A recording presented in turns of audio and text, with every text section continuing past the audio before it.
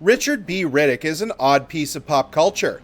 In the now 25 years since he first appeared, he's once again emerging from the shadows of obscurity, so Vin Diesel can LARP as a space badass. How'd I let him blindside me like that? Viewer, you may love this shiny-eyed expert killer, but no one loves him as much as Diesel does. There's a point where I called Universal and I said, could I give you $10 million and sell everything and take out some loans and sell a house and everything to get Riddick back? If you really think that Chronicles of Riddick didn't make a huge profit or make any money back or whatever. And they said no. However, as much as he loves Riddick, does he really understand the character? Never lie to me, I'll never hurt you. To answer this question, we should look back at the modest birth of this strange anti-hero. What are you afraid? Ha ha ha! Me afraid? Pitch Black came out in the year 2000 and has the kind of perfect script and creative world building that its sequels would lack. Written and directed by David Twohy, the movie is an alien world set survival film with a very simple but compelling premise. What if the key to your survival was a cold-blooded killer? Finally found something worse than me, huh? Pitch Black wasn't really about Riddick. He was more of a supporting, or at best, second lead. They trade you for this fry, right? The primary focus of the film is on Radha Mitchell's Philip J. Fry. I mean, docking officer Carolyn Fry. It's her arc that is centrally explored and her actions that drive the story. But before we get into all that, a little context on this very 2000s franchise. After Pitch Black was released, it was a bit of a sleeper hit. Made for around $23 million, it ended up turning a tidy gross of roughly $53 million. Not bad numbers for a sci-fi film not based on any existing IP. Yeah, Pitch Black was like a $21 million movie, maybe 22 by the time we finished. Look, Pitch Black was effective for what it was, especially for its characters and the unexpected, I think, depth of characters for a genre piece. A familiar setup as well, which is, you know, people crash land on a planet and they have to fight for their survival. You know, we've seen that before. So I said, if we're going to do that, then give me the script and let me do what I want to do with the characters, which is do all these reversals of expectations. Audiences were enamored with Riddick almost right away. I mean, how could you not be? Diesel turned in a pretty magnetic performance, and Riddick did get all the best lines. Missing the party, come on. It was a natural progression for him to make the jump from a supporting character to a leading protagonist. It also didn't hurt that the very next year Diesel had a much larger hit with 2001's The Fast and the Furious, the little street racing film that could mostly get away with ripping off Point Break almost beat for beat. Jess! What were you thinking, man? I don't know. I'm panicked. I don't know what I'm doing. Its massive box office and pop cultural success would rocket Diesel to superstardom overnight. It also brought audiences to some of his past films. Pitch Black would end up doing even better numbers on VHS and the new format called DVD. Driven by its instant cult status and Diesel's new star power, Studio Universal decided to put a lot of weight into the next entry. In normal times, evil would be fought by good. But in times like these, well, it should be fought by another kind of evil. The franchise would take a tonal shift. Gone was the simple tale of survival and horror, and in comes the full Star Wars treatment. After all, Universal wanted a bite at that sweet Phantom Menace money. The upcoming film would get a hell of a marketing push. There was a tie-in video game produced by Vin Diesel's own brand new game studio. Darkness. You afraid? I'm not. There was also an interquel anime film released direct to DVD, as was the style at the time. Just thank the Animatrix for that one. Back to hell with you! There were also endless commercials, posters, and magazine ads, which were still a thing. Universal was banking on a massive blockbuster that would launch them into piles of cash money, baby. So how did that turn out? Not well, you say? Well, that's crazy because this is a pre-recorded video and there's no way I could have heard you just now. The epic start to the ongoing Chronicles of Riddick saga landed with an audible thud that still rings in Vin Diesel's ears to this day. It's like the ego-driven version of tinnitus. Universal sank nearly $120 million into the film's production, over quadrupling the budget of Pitch Black. However, when the dust settled, the movie only took in $57 million in North America, which, if you will remember, is a whole $1 million less than its much less expensive predecessor. So what went wrong? Well, first and foremost, it just wasn't a very good movie. Chronicles of Riddick was derided for its murky plot, bland villains, and overuse of spectacle over substance. Riddick was also much less of a beloved character after his second theatrical appearance. He was pitched to the world as a true anti-hero, but ended up as little more than a basic reluctant hero. A lot of what audiences liked about him in Pitch Black was stripped, and instead he became the kind of monosyllabic action man that audiences had long grown tired of. Riddick and his universe would basically end up in a lockbox at Universal Studios. Diesel himself tried to find success in other ways. His much derided Man Apart went up against and failed to match the now Diesel-less sequel to his own Fast and the Furious. It's not hard to understand when you factor in the fact that Too Fast, Too Furious has the single greatest title for a sequel ever. Yeah, suck it, Empire Strikes Back and Breakin' 2 Electric Boogaloo. You lost your edge. You're the loser, punk. Diesel would return for a brief cameo in the third film, Tokyo Drift. In fact, it would turn out to be the most consequential cameo of Diesel's career. The main reason for this was that it would mark his return to the now going on 11-film deep franchise that sustained his career for the next 2 decades. However, it also got him something else. Diesel forgoed a large payout for this cameo in exchange for Universal handing over the full rights to the character of Riddick. Diesel now owned his first big non-animated character, Lock and Key. Manager, Stacy Baniello, called me and said, if you do the cameo, they'll just give you Riddick. They don't plan on making it. They'll just give you the property back. It was amazing! I bet Universal executives were laughing when Diesel suggested it, but it turned out to be a smart move on his part. In between filming various action movies and probably The Pacifier, The Pacifier! Diesel went about reintroducing Riddick. First up was a full remaster and pseudo-sequel to the critically acclaimed Chronicles of Riddick: Escape from Butcher Bay. The darkness, for me, is where I shine. Assault on Dark Athena was a modest success, and once again was praised for its innovative gameplay, moody setting, and tight story.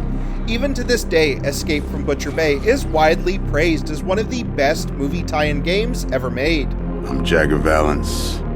Perhaps you've heard of me. I'm not a very good listener. Where's the spaceport? In fact, the thing that has aged the worst about it is that most of the in-game collectibles are JPEG-filled stills from a much worse movie. Then came the big gamble, a new movie. Riddick, as the new film was titled, was in development for a number of years. It had many bumps on its way out the door. First, its budget was significantly reduced from the $100 million spectacle of the last movie. Steady. Okay, now. Riddick was made for $38 million, barely more than Pitch Black, which had come out over a decade ago at this point.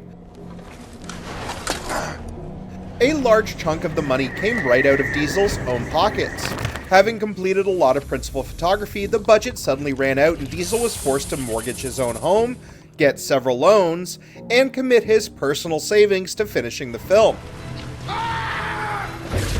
It was a big risk, as the Fast and Furious franchise had yet to reach billion-dollar territory.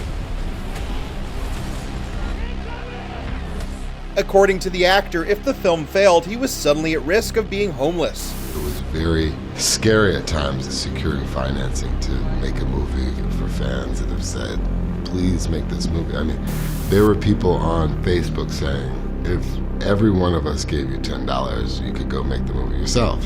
And comments like that made me feel like I had to make it at all costs. However, Riddick, The film was a success. 3 down, 8 left. A modest one anyway. It did end up turning a profit and was certainly more critically liked than the previous film. Most of this success was in taking the series to a back-to-basic setting.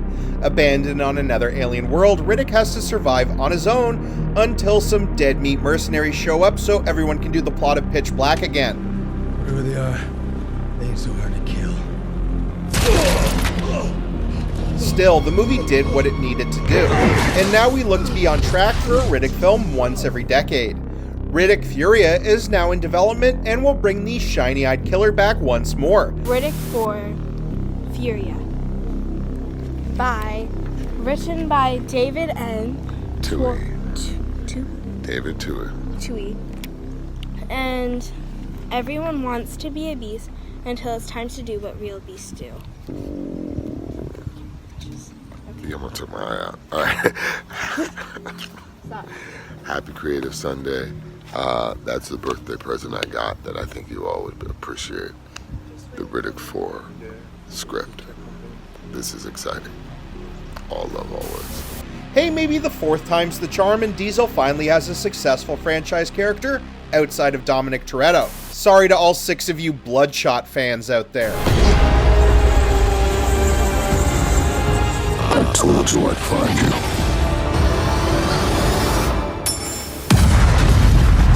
But what about the little sci-fi movie that started the whole crazy ride?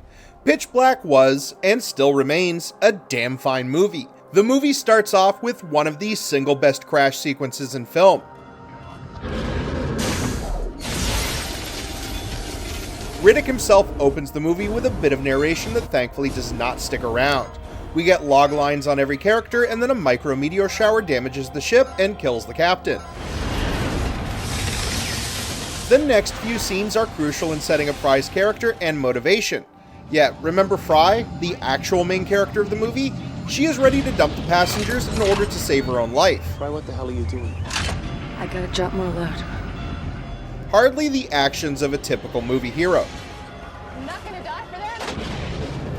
The ship crashes, killing half the passengers and the other co-pilot, whose last heroic action stopped Fry from dumping the crew. 70 seconds, Fry. You still have 70 seconds to level this beast out.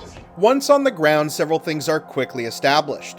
Among the survivors is wanted killer Riddick, being escorted back to prison by supposed police officer but actual bounty hunter Johns. The local air is extra thin, meaning they have to wear oxygen condensers. Yeah? And the planet is an endless desert that is somehow orbited by 3 suns. Don't ask me if this makes scientific sense. I'm not a professional thinking man. I'm a professional talking man. Riddick escapes, is captured, escapes, and is captured again. In stark contrast to the pseudo-superhero he would later become, he constantly gets his ass kicked by a very sweaty Cole Hauser. Mission to party. It's also established that he has a form of pseudo-natural night vision with reflective eyes, not unlike a cat's. It also means that full light is physically unbearable for him, requiring the use of a pair of super cool and very merchandisable goggles. You're not afraid of the dark, are you? We also learn that the planet is home to an underground dwelling species of bat-like creatures. Finally found something worse than me, huh? This is learned thanks to the death of a few survivors. Fry and the survivors also discovered an abandoned mining colony with a convenient escape ship. It's not a star jumper. Doesn't need to be. The only problem is they need to move vast amounts of fuel from their crash site to the ship across miles of open desert. Taking a big risk, they enlist Riddick to help on the condition that he does not stab anybody. At least not yet. Everything seems fine until a once every 22 years solar eclipse sneaks up on everybody. Needing to bring a few last cells over from the ship, they race back and get caught miles away in pitch black. Hey, that's the name of the movie! Thankfully, they have a world-class convict with night vision, and they set off, but not before losing Claudia Black.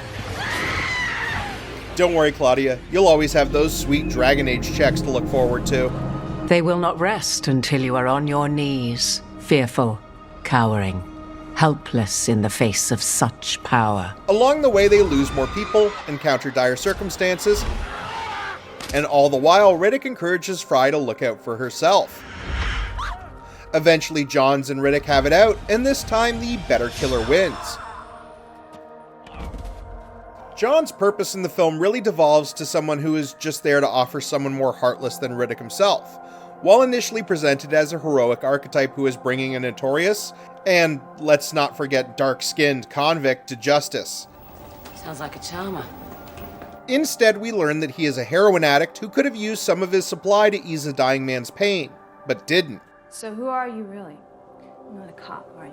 He also offered to kill the young Jack as bait for the creatures. In fact, this was the last straw for Riddick, as Jack had idealized the convict the entire film. Also, my god, what? Jack's a lady? Surprise, guys. After more death, Riddick gets ahead of the group and chooses to abandon them. Riddick! Wait! Fry gets everyone to temporary safety in a cave and goes after Riddick, who has the last of the fuel needed. Fry confronts Riddick and reaches the end of her arc. She wants to go back for the rest, risking her life for them. You died. I would try for them. She even manages to convince Riddick to go with her. Never had a doubt. While he played the devil on her shoulder the whole film, it's her conviction that changes him. They get back to the survivors, fight some more aliens, and then manage to get back to the ship. But in a twist, Riddick falls behind this time. Fry returns for him, finding him injured by a knife fight with a space raptor, and then it's a shocking and sudden death of a main character that had such a strong arc. It seems random, but it's the most important moment in the film. While Fry was at the end of her arc, Riddick was not. Her death galvanized his transition from a selfish backstabber to someone open to something more. Anyone not ready for this? That is my god, Mr. Riddick. Her goal of saving lives has transferred to him, meaning her sacrifice was far from meaningless. In a way, the sequel's biggest faults were never actually following up on this arc.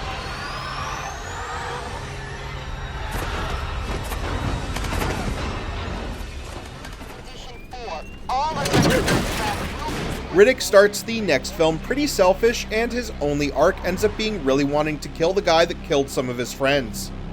But that's not the only thing the sequel abandoned about this character. The biggest thing is his vulnerability. Pitch Black's Riddick spends a lot of time actually getting his ass beat, by Johns and then by the aliens. He seems much more inclined to hide in the shadows and then surprise stab people from behind. Johns even says as much. Maybe to work your nerves. Or maybe you just come back and skull f you in your sleep. Besides his eyes, his biggest strength is his ability to play mind games with people. He is constantly shit-talking his captors and trying to sow doubt wherever he sees weakness. He is sexually aggressive to Fry as a power play. I've been meaning to catch up with you alone. And is constantly needling John's false sense of control. Where you going? Solves nothing. He's also intuitive without being overly knowledgeable. He is the first to understand that the colonists all died and didn't escape because he knows how people act in a life or death situation. You don't know. I know you don't prep your emergency ship unless there's a emergency. He also figures out the creature's blind spot by taking the time to examine his new enemy. Blind spot. There's even his softly whispered "beautiful" in response to the stunning image of hordes of shimmering and deadly aliens. It's a visual metaphor for the fact that he fundamentally sees the world in a very different way from the others. Okay, let's talk about Riddick's eyes for a moment. Arguably the most distinctive part of his character. The fact that he can see in the dark is essential to the plot of Pitch Black, but in every other entry they serve no real thematic or even plot-based purpose. He also tells Jack in Pitch Black that he paid 20 menthol cools for a surgical shine job on his eyeballs by a prison doctor. This is a hardcore backstory that says a lot about the world this film is set in just a few words. This is a future where a prison doc can provide a life-changing upgrade. That Riddick is the kind of hardcore dude who would have an unalterable surgery done on his eyeballs by said prison doctor. The prisons exist where this is kind of a necessary choice, and mostly that cigarettes are still a valuable currency in prison, and Cools is also still a brand. Of course, both the video game and the second film managed to ruin this moment with the reveal that Riddick is actually the last member of a super important alien race? Question mark? I mean, if Dame Judi Dench can be whatever an air elemental is, then I guess Richard here is an alien. I'll kill you with my teacup. By taking what was the result of a lifetime of incarceration and turning it into an innate superpower, the character loses some important relatability. It's easier to understand a man who has gone to extreme lengths to survive versus a super special superhero alien. This is at the heart of what made Riddick go from an interesting character to frankly a mediocre edgelord hero. The new film may once again attempt to bring him back to his roots, but the problem is he will still be the central character. Ultimately, Riddick worked one time, in a plot that was specifically crafted around the mystery and self-interest of his escaped convict. It was a story with a beginning, middle, and end for his arc. Since then, he's become sort of a victim of his own coolness. But he doesn't work as a central hero because he just ends up becoming too like so many badass action men before him, ultimately losing what made him interesting in the beginning. Pitch Black is still a great movie, but Riddick could never successfully leave the little film behind for a grander universe. Everybody, thank you for watching. Thank you so much to Squabblebox for having me again. If you like this video, I did a couple more videos for this channel as well. You can check out my own channel. I'm gonna go now because my mouth is turning to mush.